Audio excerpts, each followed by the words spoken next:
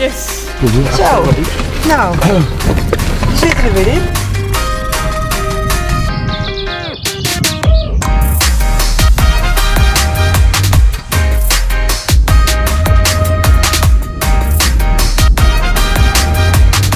Drie weken voorbereiding.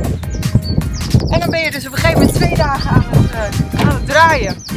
Ja, dat schiet dan ook weer voorbij. En als we dan terugkomen, dan trek ik me terug op mijn zolderkamer. En dan ga ik al het materiaal helemaal bekijken. Echt van begin tot eind.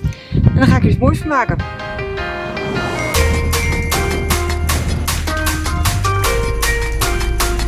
Helemaal afgestuurd. Oh ja? Echt klapband. Klapband. Klap, ja, niet bang, echt zo. Je mag best op de stoel staan, hè? Mag ik op de stoel staan? Ja? Oh, zo mooi! Dat is weer iets wat ik van mijn bucketlist af kan. Oké, en nou is je mond leder dalen.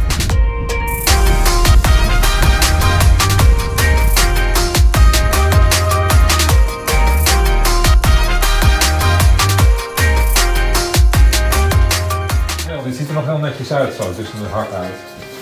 Maar kijk daar, als Mark daar tussen de kettingzagen gaat liggen. Ja. Denk ik de meest karakteristieke plek tot nu toe. Gebeurt er in mijn slaapkamer.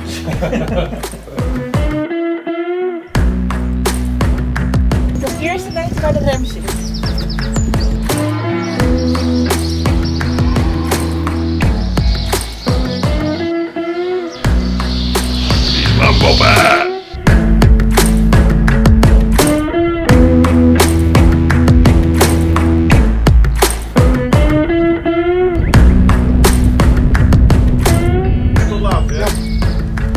Onwijs bedankt voor het je.